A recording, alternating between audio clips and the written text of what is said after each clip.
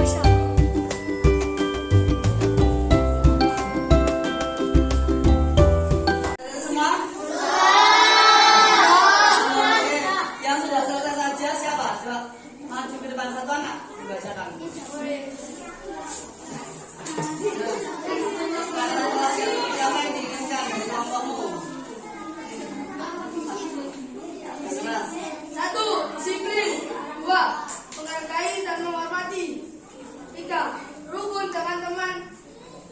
Yang keempat, berbicara yang baik. 5, menjaga kebersihan sekolah.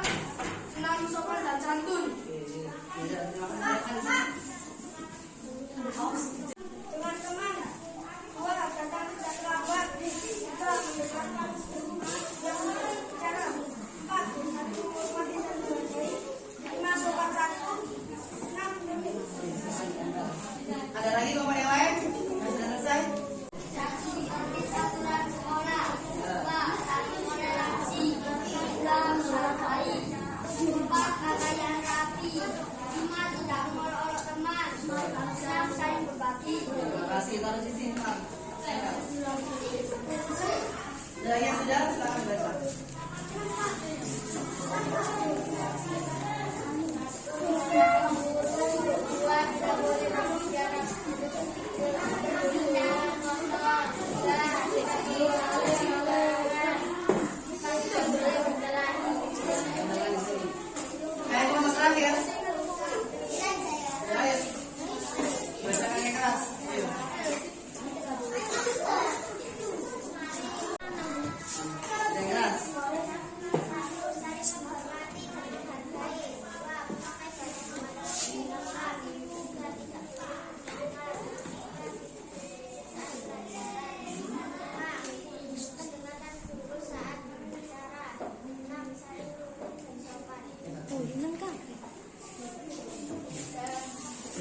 Jadi ini ya kesepakatan kelas kalian ini nanti kita buat dalam suatu peraturan. Iya. Oke, sudah. Aku ucapkan terima kasih. Sampai akhiri. Assalamualaikum warahmatullahi wabarakatuh. Waalaikumsalam warahmatullahi wabarakatuh.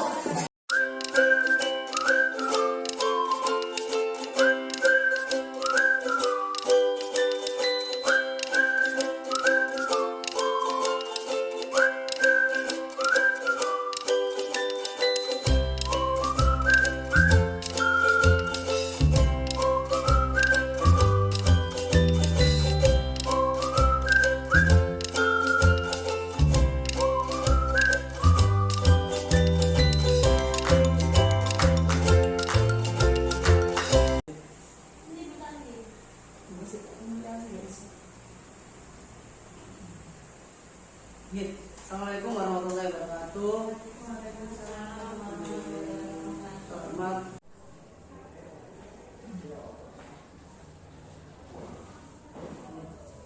Assalamualaikum warahmatullahi wabarakatuh. Yang saya hormati Ibu Kepala SD Pondok 1, Ibu Ati MPD, Bapak Ibu guru dan staf SD Pondok 1 yang saya hormati dan yang saya banggakan. Hormat Ibu Kepala Sekolah SD Pondok 1, Ibu Ati Akademisi, yang saya hormati Bapak Ibu SD Pondok 1, saya ucapkan terima kasih atas kehadirannya yang mana telah meluangkan waktunya untuk kita belajar bersama di sini terkait dengan budaya positif.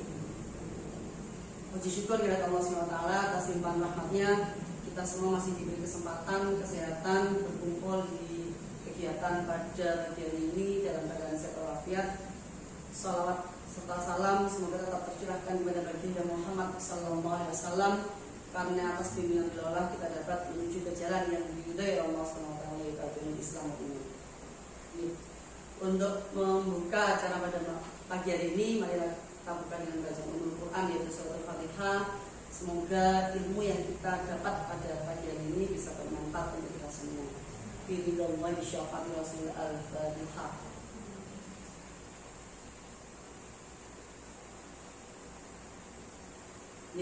Terima kasih. Terkait dengan budaya positif atau aksi nyata terkait dengan modul 1.4 ya. Saya Muhammad Abdullah Salim, CGP Angkatan 7 Kabupaten Sidoarjo. Nah, ada pemahaman konsep yaitu budaya positif, meliputi perubahan paradigma belajar. Kemudian ada disiplin positif, motivasi perilaku manusia, kebutuhan dasar, posisi kontrol, restitusi, kemudian keyakinan kelas dan segitiga restitusi. Sebenarnya untuk apa sih semua itu? Coba kita bahas satu-satu nanti. Nah, terkait dengan perubahan paradigma belajar. Nah, Anda misalkan Bapak Ibu guru dan teman-teman semua itu melakukan kegiatan. Cobalah kita genggam tangan ya, kita jadi A, yaitu tugasnya menggenggam atau memaparkan salah satu tangan. Nah, coba bayangkan Anda bahwa Anda menyimpan sesuatu yang sangat berharga di dalam tangan ini. Dalam kepala tangan Anda perlu menjaga benda tersebut sekuat tenaga karena begitu pentingnya untuk kehidupan Anda. Jadi tugas rekan Anda B adalah mencoba dengan segala cara untuk membuka kepala tangan Anda. Jadi seorang teman ingin membuka pada kepala tangan Anda. Teman Anda B boleh membujuk, menghadik, mengintimidasi, memarahi, menggoda, dan menggelitik, bahkan menawari Anda uang agar Anda bersedia membuka kepala tangan Anda. Itu disebut dengan paradigma belajar. Jadi maksudnya yang mana kita harus bisa mempertahankan sekuat tenaga apa yang menjadi keyakinan kita, supaya orang lain tidak bisa mempengaruhi kita. Nah, dalam Dr. William Glasser adalah dalam kontrol teori meluruskan beberapa miskonsepsi tentang kontrol, yaitu ilusi guru mengontrol murid, kemudian ilusi bahwa semua penguatan positif efektif dan bermanfaat, ilusi bahwa kritik dan membuat orang merasa bersalah dapat menguatkan karakter, ilusi bahwa orang dewasa memiliki hak dan hak untuk memaksa. Perubahan paradigma belajar budaya positif itu merupakan perwujudan dari nilai-nilai atau keyakinan yang universal yang diterapkan di sekolah. Budaya positif diawali dengan perubahan paradigma tentang teori kontrol itu sendiri. Selama ini barangkali kita sebagai guru merasa berkewajiban mengontrol perilaku siswa agar memiliki perilaku yang sesuai dengan yang diharapkan seorang guru. Jadi guru harus mengontrol sikap siswa ya. Jadi antara misalnya sikapnya seperti ini harus kita kontrol sampai mana dia tidak kelewatan batas. Itu yang harus kita harapkan nanti ke depannya. Kemudian ada perubahan paradigma belajar, yaitu budaya positif di sekolah ialah nilai-nilai keyakinan dan kebiasaan-kebiasaan di sekolah yang berpihak pada murid agar murid dapat berkembang menjadi pribadi yang kritis, penghormat, dan bertanggung jawab. Kemudian positif kontrol guru seperti apa yang dapat mewujudkan budaya positif di sekolah. Nah, kalau terkait dengan keyakinan dan kebiasaan, itu di sekolah kita sudah menerapkan yang mana namanya karakter anak, yaitu kita ada 6S, yaitu senyum, sapa, salam, seperti santun betul. Yang di di depan sekolah anak masuk itu anak saling semua ya sama bapak ibu guru. Nah itu kita sudah terapkan itu. Kemudian kejujuran di sekolah kita sudah ada yang namanya kotak kejujuran atau barang temuan itu sudah ada. Kemudian terkait dengan budaya di sekolah yaitu menjaga kebersihan kelas, yaitu punya daftar tiket anak-anak tiket setiap hari. Kemudian perubahan paradigma belajar itu sebagai guru kita harus mengetahui posisi kontrol. Nah, guru yaitu mandiri, efektif, kolaboratif, inovatif, dan berpihak kepada siswa. Itu semua harus kita pelajari dan praktekkan agar kedepannya kualitas pendidikan kita itu lebih maju. Jadi guru itu harus efektif. Efektif itu berarti apa yang telah kita ajar kepada siswa untuk hari ini, kita harus merefleksikannya, apa sebenarnya yang kurang dari pembelajaran hari ini. Atau ternyata anak-anak pada saat hari ini ternyata bosan dengan pembelajaran seperti ini.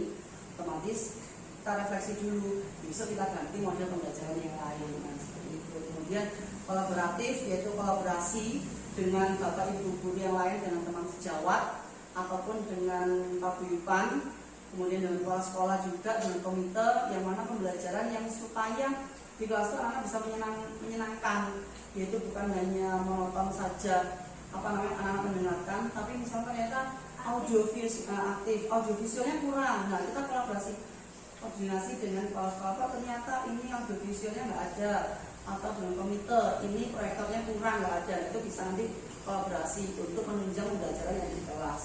Kemudian inovatif, guru harus inovasi ya kan, memiliki banyak sekali model-model pembelajaran supaya tidak bosan di kelas. Yang terakhir yaitu berpihak pada siswa, yang mana pembelajaran itu harus berpihak pada siswa, bukan hanya siswa itu melihat dan mendengarkan kita, tapi apa yang diingin siswa belajar seperti apa juga kita harus dengarkan. Kemudian disiplin, apa sih disiplin itu? Nah, disiplin positif itu ketika kata disiplin, apa yang terjadi di benak kita, benak Anda, itu otomatis datang tepat waktu kan seperti itu nih. Kemudian apa yang terlintas di pikiran Anda, kebanyakan orang akan menghubungkan disiplin dengan tata tertib. Itu berarti dengan aturan-aturan di sekolah loh. Teratur dan kepatuhan pada peraturan. Kata disiplin juga sering dihubungkan dengan hukuman. Jadi siapa yang melanggar aturan itu otomatis dihukum. Kemudian pada hal itu sungguh berbeda, karena belajar tentang disiplin positif tidak harus dengan memberi hukuman. Justru itu adalah salah satu alternatif terakhir. Kalau perlu tidak digunakan sama sekali. Dalam budaya kita, makna kata disiplin dimaknai menjadi sesuatu yang dilakukan seseorang pada orang lain untuk mendapatkan kepatuhan kita, cenderung menghubungkan kata disiplin dengan ketidaknyamanan. Disiplin positif, nah bapak pendidikan kita yaitu Ki Hajar Dewantara, yang mana menyatakan bahwa di mana ada kemerdekaan, disitulah harus ada disiplin yang kuat. Sungguh pun disiplin itu bersifat self-disiplin, yaitu kita sendiri yang mewajibkan kita dengan sekeras-kerasnya, tetapi itu sama saja. Sebab jikalau kita tidak cakap melakukan self-disiplin, wajiblah penguasa lain mendisiplinkan diri kita, dan peraturan demikian itulah yang harus ada di dalam suasana yang merdeka. Ki Hajar Dewantara, pikiran konsepsi keteladanan sikap merdeka. Terus selanjutnya yaitu disiplin positif. Di situ Ki Hajar Dewantara menyatakan bahwa untuk mencapai suatu kemerdekaan, ya, atau dalam konteks pendidikan kita saat ini, untuk menciptakan murid yang merdeka, syarat utamanya yaitu harus ada disiplin yang kuat. Disiplin yang kuat ya tadi ada peraturan dalam kelas, hasil kesepakatan bersama. Disiplin yang dimaksud adalah disiplin diri yang memiliki motivasi internal. Jika kita tidak memiliki motivasi internal, maka kita memerlukan pihak lain untuk mendisiplinkan kita, atau motivasi eksternal karena berasal dari luar, bukan dari dalam diri kita. Maksudnya gini, jadi kalau misalkan disiplin tidak bisa dibangun kita sendiri, boleh orang lain yang membuat peraturan itu. Kemudian adapun definisi kata merdeka menurut Ki Hajar Dewantara. Nah, merdeka itu jawabannya Nora mung pangrih ning uga kuat kuwasa amandiri priyangga. Merdeka itu artinya tidak hanya terlepas dari perintah, akan tetapi juga cakap buat memerintah diri sendiri. Jadi disiplin itu bukan hanya untuk orang lain, tapi juga untuk diri kita sendiri.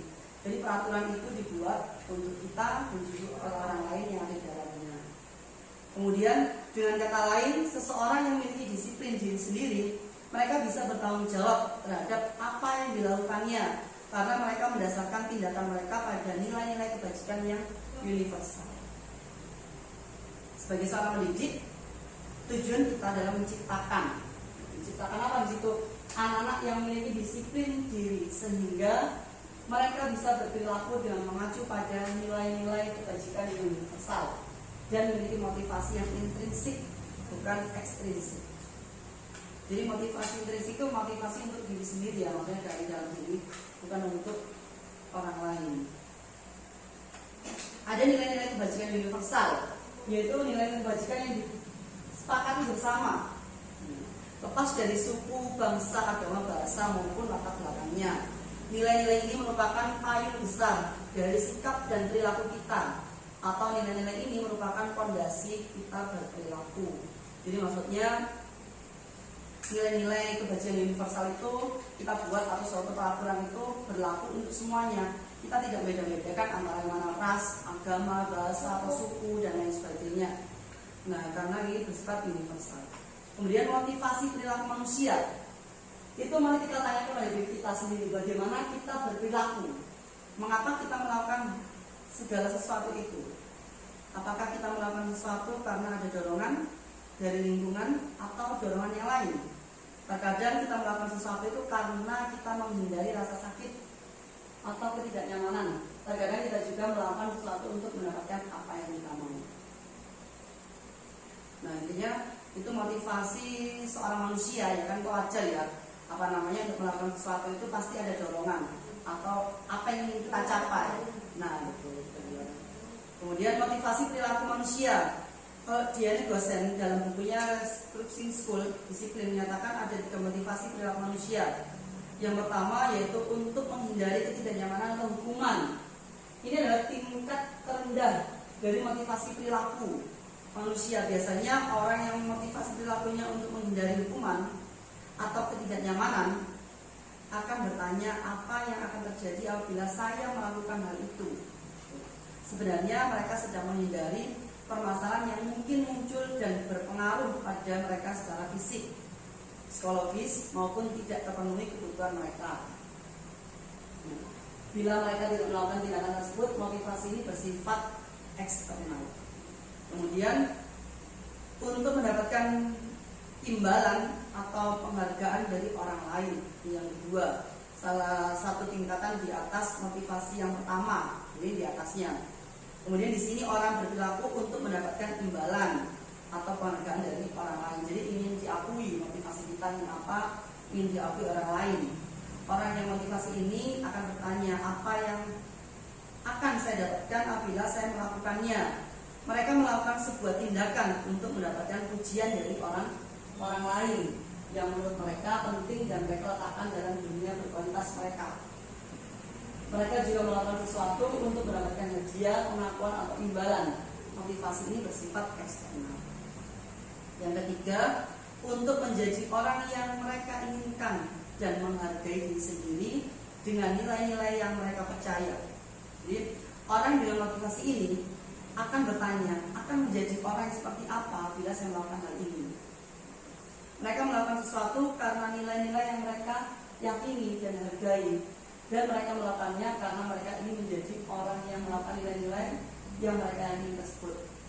Ini adalah motivasi yang akan membuat seseorang memiliki disiplin positif, karena motivasi berperilakunya bersifat internal bukan eksternal.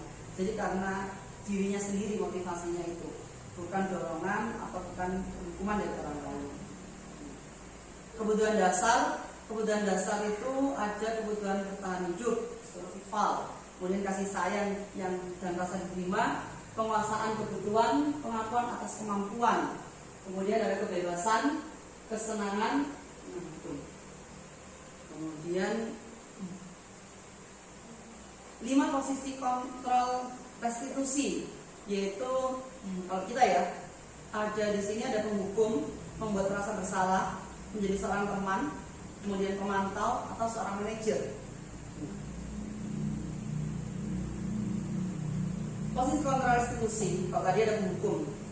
Penghukum itu berarti maksudnya gini, restitusi kalau ada anak yang bersalah, itu kita berada di posisi yang mana? Kita sebagai seorang penghukum atau seorang pembuat merasa bersalah kepada anak tadi, atau kita menjadi seorang teman bagi anak yang bersalah, kemudian sebagai pemantau atau seorang manajer bagi siswa. Kalau ada siswa yang salah ya, guru berbuat, kemudian bisa kalau penghukum itu berarti guru menghaji, menunjuk-nunjuk, menyakiti dan menyindir. Contoh, seorang siswa itu tanpa sengaja dia menendang bola, akhirnya kena kaca dan pecah. Otomatis kalau sebagai seorang hukum pasti dia dimarahi ya kan, dia, kamu itu siswa bagaimana, nggak tahu kalau ini tuh kaca, gitu ya. Terus kita sebagai seorang hukum, nah, terus sekarang gini aja, kamu saya hukum untuk membersihkan kamar mandi semuanya, lah. Itu kita sebagai seorang hukum pada siswa. Kemudian guru berkata, kalau kamu tidak melakukannya, saya akan tidak melakukan hukuman lagi, saya akan melaporkan kepada orang tua, dipanggil dan seterusnya. Hasilnya itu anak menjadi seorang yang memberontak, pendendam, menyalahkan orang lain, ya kan? Terus ini pasti akan dikenak sampai dengan akhir hayatnya. Mungkin Bapak Ibu juga pernah ya. Saya dulu pernah dihukum sama ibu ini, terus mangkal aku. Sampai akhir hayat ya. Iya, seperti itu. Kemudian murid berkata saya tidak peduli, hanya seperti itu. Mereka akhirnya berontak. Karena apa? Hanya kesalahan memecahkan itu akhirnya betul berimbas ke semuanya. Dampak pada murid yaitu mengulangi kesalahan yang berulang kali dan berlaku menjadi orang yang agresif. Kemudian kaitan dengan dunia berkualitas, murid meletakkan guru di luar dunia yang berkualitas. Kemudian membuat merasa bersalah. Nah, sebenarnya itu guru itu berceramah menunjuk kekecewaan mendalam, sehingga guru berkata kamu sudah mengecewakan bapak ibu. Jadi kalau merasa bersalah, jadi gini, kamu tuh ya tadi sudah membuat kaca pecah, gini tuh itu, apa mengecewakan bapak ibu guru. Bagaimana kita mendidik kamu? Nah, akhirnya seperti itu, anak ini merasa bersalah. Memang keadaan saya seperti ini, akhirnya bapak ibu kecewa dengan sikap saya seperti itu. Hasilnya menyembunyikan, menyangkal, berbohong. Nah, maksudnya karena seorang siswa supaya tidak membuat rasa bersalah pada guru, akhirnya mereka berbohong untuk menutupi kesalahannya tersebut. Maafkan saya, dampak pada murid adalah rendah hati, merasa gagal dan tidak berharga. Kaitan dengan dunia berkualitas yaitu murid meletakkan guru dalam dunia yang berkualitas, menjadi seorang teman. Nah ini, guru membuat alasan-alasan untuk muridnya, lakukan demi bapak ibu. Ya sudah, nanti bapak ibu bantu bereskan. Jadi kalau menjadi seorang teman, kalau guru menjadi seorang teman ya, seorang temannya siswa, itu kalau siswa melakukan kesalahan, kita jangan sampai menghukum seperti tadi atau melakukan salah-salah, tapi kita menjadi seorang teman. Nah betul, sahabat, yang mana untuk mencari solusinya, ya kan, kemudian untuk membereskan masalahnya supaya lebih baik lagi, nah tidak berulang lagi itu seperti apa. Tapi hasilnya juga ini, pada siswa itu dia ketergantungan akhirnya. Kalau setiap ada masalah, akhirnya dia lari ke guru itu, Pak seperti ini bagaimana, dia ketergantungan.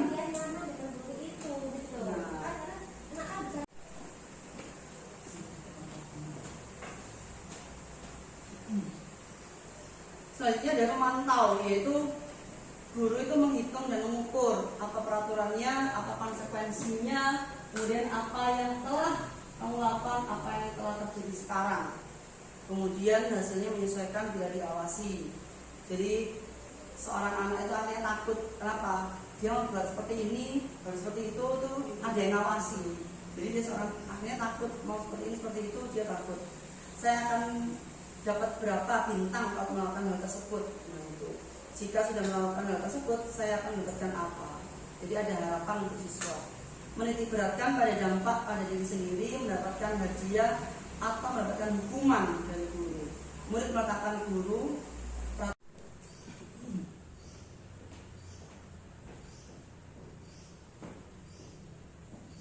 Ya, Ibu, seperti itu. Kemudian yang ketiga itu adalah teman bagaimana seorang guru itu bisa menjadi teman untuk anak didik kita. Jadi kalau mereka bersalah itu jangan sampai, maksudnya kita itu bagaimana kita bisa memberikan solusi untuk mereka, jadi temannya, jadi sahabatnya. Nah seperti itu. Contohnya yaitu kalau guru membuatkan alasan-alasan untuk murid-muridnya. Kemudian kalau guru berkata, lakukan demi bapak atau ibu. Nah, ya sudah, nanti bapak ibu bantu bereskan. Nah, jadi itu salah satu contohnya sebuah perkataan. Kemudian hasilnya juga menjadi ketergantungan. Murid berkata, saya pikir bapak ibu teman saya. Seperti itu. Dampak pada murid tergantung tidak mandiri dan tidak bisa memutuskan sebuah perkara itu dengan sendiri. Jadi akan tergantung kepada temannya. Kemudian kaitan dengan dunia berkualitas, murid meletakkan guru sebagai orang penting dalam dunia berkualitas. Nah maksudnya itu, jadi yang mana ini gini, kalau seorang guru ya, paling tidak kalau kita yang menjadi sahabat atau temannya, jadi itu lebih nyaman. Karena lebih nyaman karena seorang teman itu mau berbagi cerita, mau membagikan solusi masalahnya, dan kita menjadi guru yang menjadi sahabatnya itu juga harus bisa merasakan apa yang mereka rasakan, kita memberikan solusi yang baik. Nah seperti itu. Lakukan demi bapak atau ibu. Nah, ya sudah, nanti bapak ibu bantu bereskan. Nah, jadi itu salah satu contohnya sebuah perkataan. Kemudian hasilnya juga menjadi ketergantungan. Murid berkata, saya pikir bapak ibu teman saya. Seperti itu. Dampak pada murid tergantung tidak mandiri dan tidak bisa memutuskan sebuah perkara itu dengan sendiri. Jadi akan tergantung kepada temannya.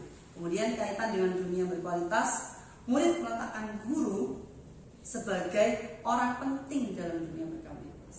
Nah maksudnya itu, jadi yang mana ini gini, kalau seorang guru ya, paling tidak kalau kita yang menjadi sahabat atau temannya, jadi itu lebih nyaman. Karena lebih nyaman karena seorang teman itu mau berbagi cerita, mau membagikan solusi masalahnya, dan kita menjadi guru yang menjadi sahabatnya itu juga harus bisa merasakan apa yang mereka rasakan, kita memberikan solusi yang baik. Nah seperti itu. Kemudian yang 4 yaitu dalam posisi kontrol restitusi ada 4, yaitu pemantau, yang mana guru berbuat. Nah contohnya apa? Menghitung dan mengukur. Kemudian guru berkata, apa peraturannya, apa konsekuensinya, apa yang telah kamu lakukan, nah, apa yang terjadi sekarang. Itu. Kemudian hasilnya apa? Menyesuaikan bila diawasi. Dan murid pun juga berkata, saya akan dapat berapa bintang kalau melakukan hal tersebut. Jika sudah melakukan hal tersebut, saya akan mendapatkan apa. Nah, jadi mereka ada sesuatu imbal balik untuk siswa, untuk dirinya, kalau dia melakukan hal seperti itu. Kemudian dampak yang terjadi pada murid itu menitik beratkan pada dampak pada diri sendiri, mendapatkan hadiah atau akan mendapatkan hukuman. Jadi kaitannya dengan dunia berkualitas, murid meletakkan guru itu sebagai peraturan dunia yang berkualitas. Kemudian yang kelima, jadi seorang manajer. Jadi seorang manajer bagaimana?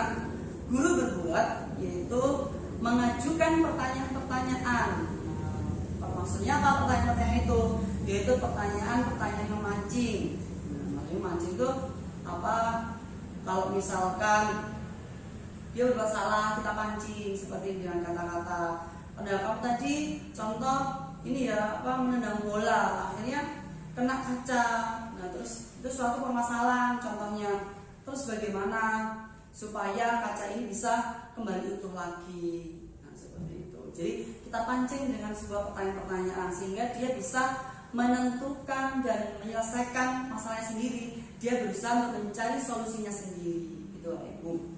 Nah kemudian guru berkata, apa yang kita yakini, apa yang kamu yang menjadi suatu hal yang meyakini hal tersebut.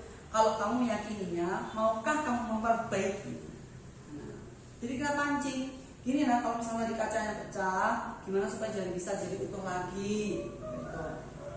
Oh, nanti dia akan berpikir bagaimana Bu, bagaimana Pak kalau misalkan saya ganti, saya belikan. Nah, itu adalah kita menjadi seorang manajer.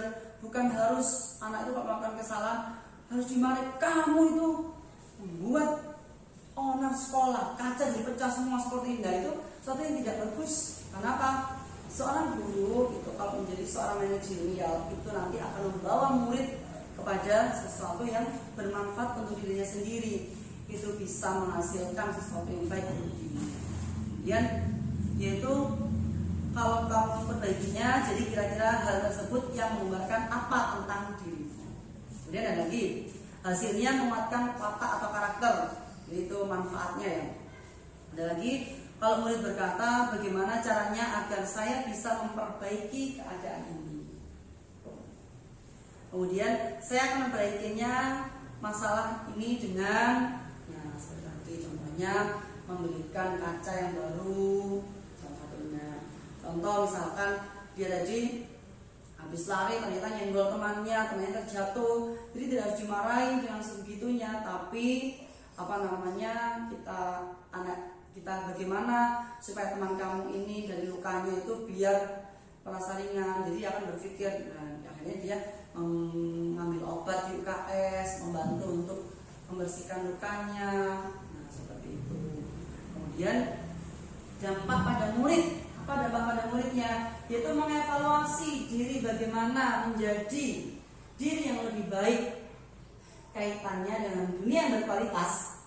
Nah, itu murid meletakkan dirinya sebagai individu yang positif dalam dunia yang berkualitas. Tuh. Kemudian untuk membentuk suatu keyakinan kelas, nah, keyakinan yaitu adalah nilai-nilai kebajikan yang universal, yang telah disepakati secara tersirat atau tersurat, lepas dari latar belakang suku, negara, bahasa maupun agama. Nilai-nilai kebajikan bahwa menekankan pada keyakinan seseorang akan lebih memotivasi orang lain juga ya, bukan hanya untuk diri sendiri tapi juga untuk orang lain, yang mana seseorang akan lebih tergerak dan bersemangat untuk menjalankan keyakinannya daripada hanya sekedar mengikuti. Seperti itu. Nah, mengikuti sebagaimana serangkaian peraturan yang tertulis tanpa ada sebuah makna. Jadi maksudnya gini, untuk membentuk suatu keyakinan kelas itu kita harus membuat suatu peraturan kelas yang mana itu dibuat untuk anak-anak, tapi anak juga yang membuat. Nah, yang mana mereka nanti akan merasa rileks dalam belajar. Jadi bukan hanya seorang guru yang membuat sebuah peraturan, tapi anak-anak juga boleh membuat suatu peraturan. Yang mana itu yang diingini mereka, suasana belajar yang seperti ini, kemudian model belajar seperti ini, itu yang yang menjadi keyakinan kelas itu anak-anak bisa bersemangat dan termotivasi. Jadi anak-anak boleh membuat peraturan kelas, tapi peraturan kelas itu harus dipatuhi oleh seluruh warga yang ada di kelas. Jadi mereka pengennya belajar seperti apa belajarnya, bagaimana kondisi kelasnya supaya nyaman untuk belajar. Nah, itu mereka juga harus menaati peraturan itu. Nah, kemudian murid-murid pun demikian, mereka perlu mendengarkan dan memahami arti yang sesungguhnya tentang peraturan-peraturan yang telah dibuatnya atau yang telah diberikan. Apa nilai-nilai kebajikan di balik peraturan tersebut? Nah, tujuan utamanya itu adalah menjadi tidak tertarik atau takut sehingga hanya sekedar mengikuti serangkaian peraturan-peraturan yang mengatur mereka tanpa memiliki tujuan mulianya. Jadi maksudnya gini, kalau misalkan peraturan itu yang membuat adalah guru, tapi akhirnya anak juga bosan peraturan seperti itu. Kita nggak tahu apa yang dimaksudkan oleh ibu guru seperti itu peraturannya. Akhirnya mereka berpikir seperti itu. Nah, maksudnya apa? Contoh gini, mereka anak peraturan di dalam kelas itu tidak boleh berbicara, harus fokus, harus diam, tidak boleh rame, kemudian tidak boleh berpindah-pindah tempat, harus duduk di tempat duduknya. Nah, itu salah satu contoh yang membuat mereka yang tidak bisa masuk. Apa sih sebenarnya? Tapi kalau misalkan peraturan itu kita buat secara bersama dengan siswa ya, coba anak-anak bagaimana caranya supaya suasana kelas ini bisa nyaman, bisa enjoy, pelajaran itu bisa diterima dengan kalian, bagaimana? Nah, itu mereka juga bisa mengajukan membuat peraturan-peraturan sendiri yang mana bisa untuk meyakini dirinya sendiri dalam pembelajaran di kelas. Kemudian pembentukan keyakinan sekolah atau kelas bagaimana? Coba yang pertama yang telah saya susun yaitu ada keyakinan kelas bersifat lebih abstrak. Abstrak itu bagaimana sih? Daripada peraturan yang lebih rinci dan konkret. Kayak abstrak yang tertulis, kemudian yang bisa dipahami oleh anak-anak. Nah, yang kedua ada keyakinan kelas berupa pertanyaan-pertanyaan universal. Ada yang ketiga yaitu pertanyaan keyakinan kelas senantiasa dibuat dalam bentuk yang positif.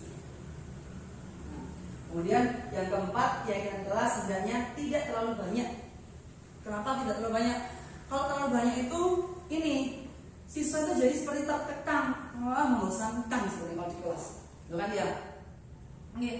Jadi kalau misalkan terlalu banyak peraturan yang tertempel gitu ya, ada berapa lembar, itu siswa kan, gini nggak boleh, itu nggak boleh. Terus gimana kita belajarnya seperti itu? Mereka kan menjadi bosan dan males untuk ketemu yang namanya di dalam kelas. Kemudian sehingga mudah diingat dan dipahami oleh semua di kelas. Jadi maksudnya itu peraturan itu yang cukup sedikit, yang simpel, tapi semua itu mencakup secara keseluruhan dan bisa dipahami, kemudian mudah diingat oleh anak-anak. Nah, itu keyakinan kelas sebaiknya sesuatu yang dapat diterapkan di lingkungan tersebut, yaitu di lingkungan belajar di dalam kelas. Kemudian semua warga kelas hendaknya ikut berkontribusi dalam pembuatan keyakinan kelas lewat kegiatan curah berpendapat, kemudian bersedia meninjau kembali keyakinan kelas dari waktu ke waktu, maksudnya ditinjau ya. Jadi kemarin misalnya minggu ini peraturan seperti ini yang telah dibuat, ternyata ada model baru lagi, nanti seperti ini ya Bu Guru, kan seperti ini ya Mbak Guru peraturan kelasnya. Jadi mereka mungkin merasa bosan, hanya menginginkan yang seperti ini dan seperti ini. Nah itu maksudnya. Nah ini saya ada contoh ya, contoh keyakinan kelas 1. Setiap anggota kelas perlu belajar, setiap anggota kelas perlu senang.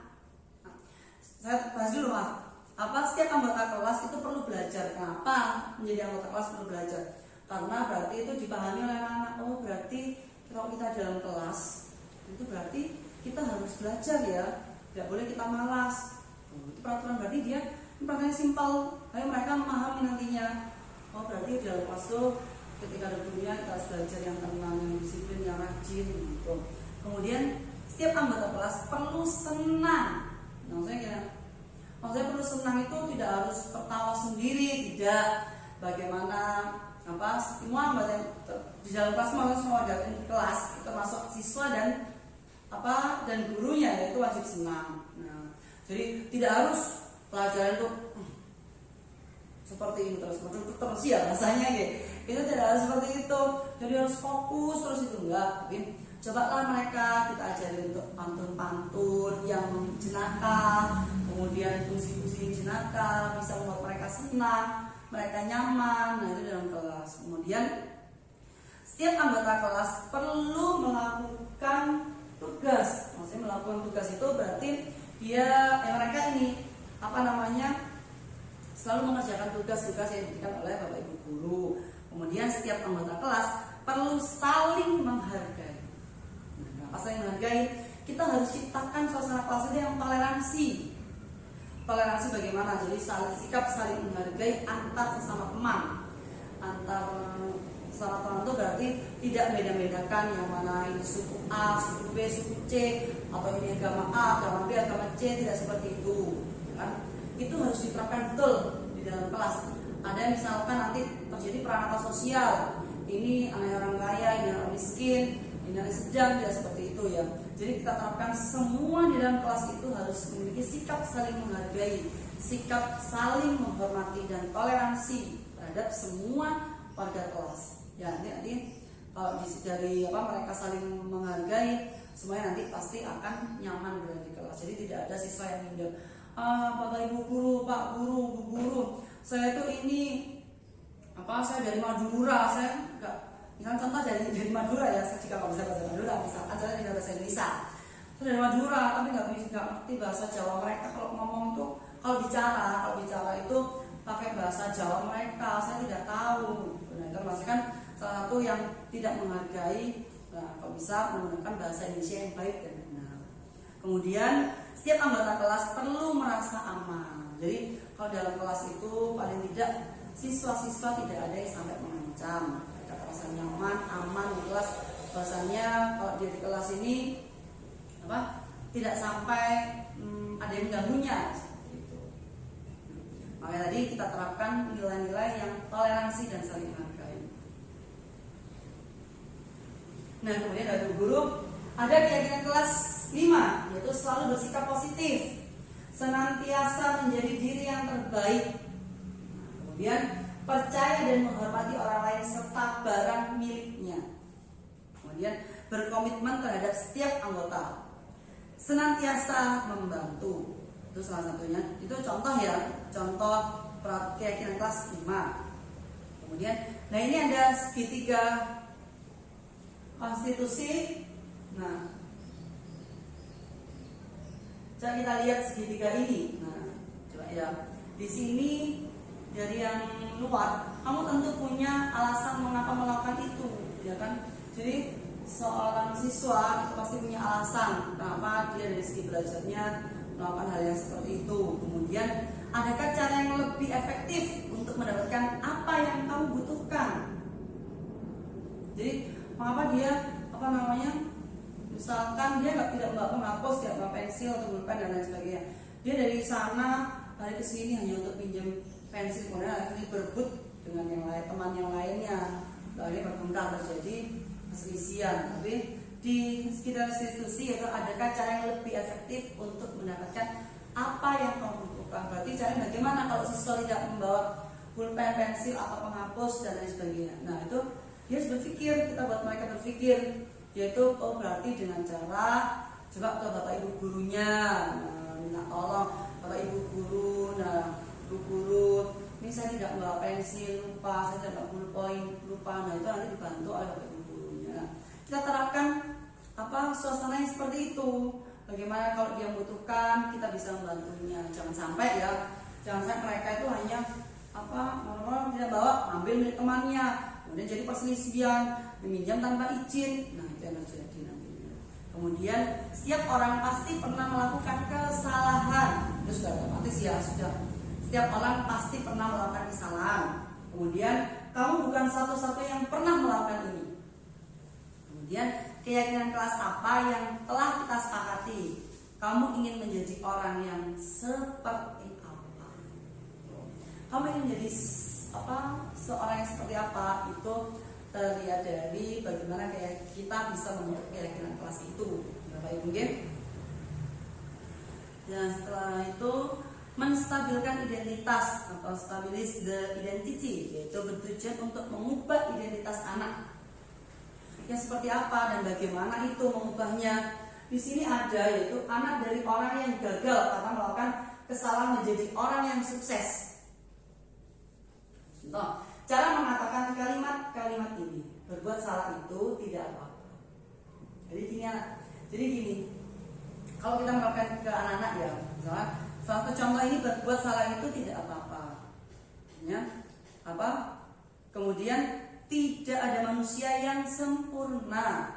Yang ketiga, saya juga pernah melakukan kesalahan seperti itu. Kita bisa menyelesaikan. Maksudnya kita bisa menyelesaikannya. Kemudian Bapak Ibu tidak tertarik mencari siapa yang salah atau Bapak Ibu mencari solusi dari masalah ini. Kamu berhak merasa begitu.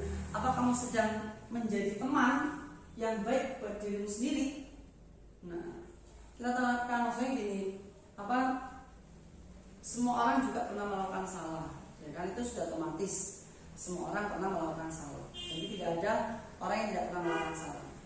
Nah, contoh tadi ternyata ini ketika bermain sepak bola seperti yang tadi di awal contohnya bermain sepak bola, kemudian dia tidak sengaja ternyata itu menendang bola ketika gawang itu sampai maksudnya mengenai kaca kelas gitu. Karena di lapangan ya, di sini kan lapangannya berada dengan kelas dan ruang kepala sekolah. Ternyata tidak sengaja bolanya itu mengenai kaca di ruang kepala sekolah sehingga pecah. Nah, itu adalah sebuah kesalahan kan yang fatal, tapi itu tidak disengaja. Nah, jangan sampai yang mana kita nantinya itu memarahi mereka seperti ini. Kamu jatuh salah, kenapa sih? Terus bermain sepak bola. Memang sepak bola jangan keras-keras kok mendang. Nah, jangan terlalu dimarahi anak itu. Tapi kita berikan solusinya, kita beri pertanyaan-pertanyaannya. Nah, kemudian yang kedua yaitu validasi tindakan yang salah. Tujuannya untuk menunjukkan bahwa guru memahami alasan dibalik tindakan murid. Contoh pertanyaan, padahal kamu bisa melakukan yang lebih buruk dari ini ya. Contoh. Kemudian kamu pasti punya alasan mengapa melakukan hal ini. Nah, kamu patut bangga pada dirimu sendiri karena kamu telah melindungi sesuatu yang penting buatmu.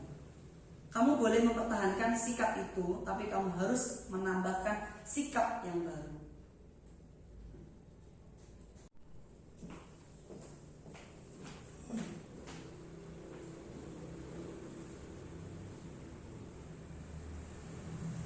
Nah, ini saya punya contoh, saya sambil duduk ya, coba kita lihat video ini. Jadi segitiga restitusi suatu proses dialog yang dijalankan guru atau orang tua agar dapat menghasilkan murid yang mandiri dan bertanggung jawab. Tujuannya itu. Kemudian segitiga restitusi itu validasi tindakan yang salah, meningkatkan keyakinan, kemudian menstabilitaskan identitas. Nah, kemudian validasi tindakan yang salah ya seperti apa? Berdasarkan prinsip setiap perilaku itu berupaya memenuhi suatu kebutuhan tertentu. Guru akan bergeser dari pemikiran stimulus respon menjadi proaktif, mengenali dan mengakui kebutuhan murid dan memperbaiki hubungan dengan murid. Tuh. Kemudian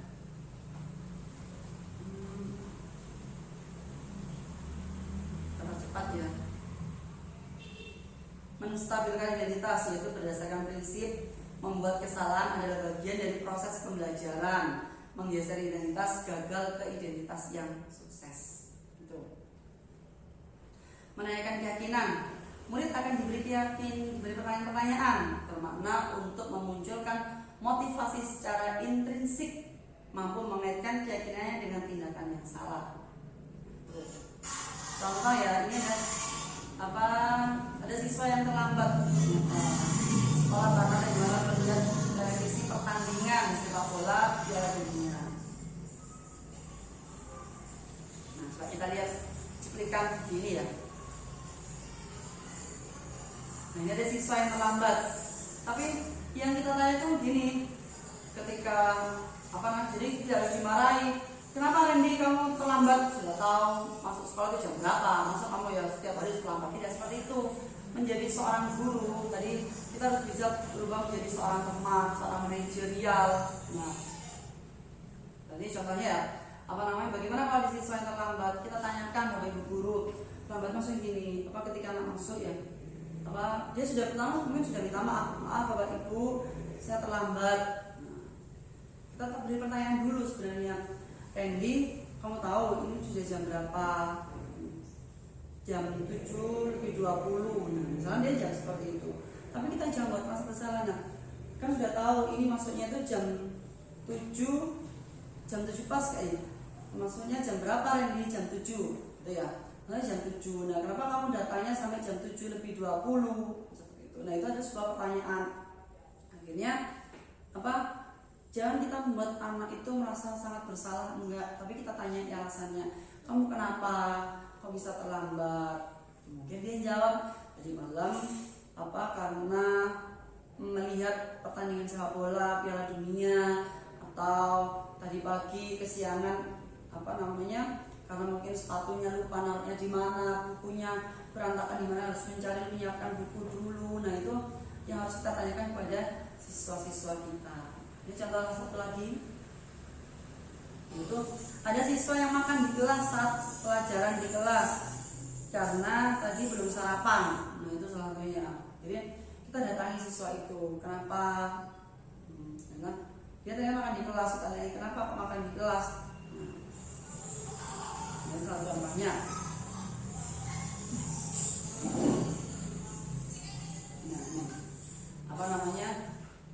Kemudian kita panggil mereka, kemudian kita beri pengertian anak-anak itu yang melakukan kesalahan. Seperti yang tadi saya jelaskan, jadi semua orang itu pernah melakukan salah, Bapak Ibu ya. Tidak ada orang yang tidak pernah melakukan salah, tapi jangan kita buat mereka untuk merasa sangat bersalah, gitu. Tapi buatlah mereka itu bagaimana supaya yakin bahwa dirinya itu bisa untuk memperbaikinya untuk jadi lebih baik lagi, kan seperti itu ya. Jadi kita buat kita tanyai alasan-alasannya, kemudian kita kalau bisa jangan diulangi lagi, seperti itu. Ya Pak Yunggit, mungkin nanti ini terkait dengan ini bisa nanti kita terapkan sama-sama di kelas kita, yaitu dari kelas 1 ke kelas 6, sehingga nanti yang mana siswa itu juga bersemangat, merasa aman, senang, dan yakin kalau di kelas itu bisa membentuk karakter dirinya. Nah, itu anak-anaknya, ini Bapak Ibu ya. Sehingga nah kita sudah di akhir sesi. Jadi terima kasih semua. Semoga nanti bisa bermanfaat untuk kita semua Bapak Ibu. Sehingga yang saya sampaikan ini bukanlah saya menjadi seorang yang paling pintar, tidak.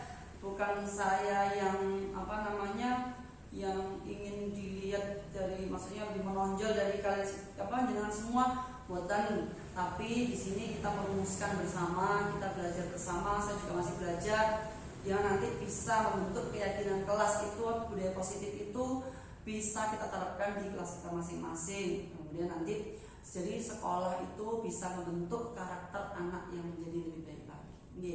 Terima kasih masing-masing. Kemudian nanti jadi sekolah itu bisa membentuk karakter anak yang menjadi lebih baik lagi. Terima kasih, cukup sekian dari saya akhiri.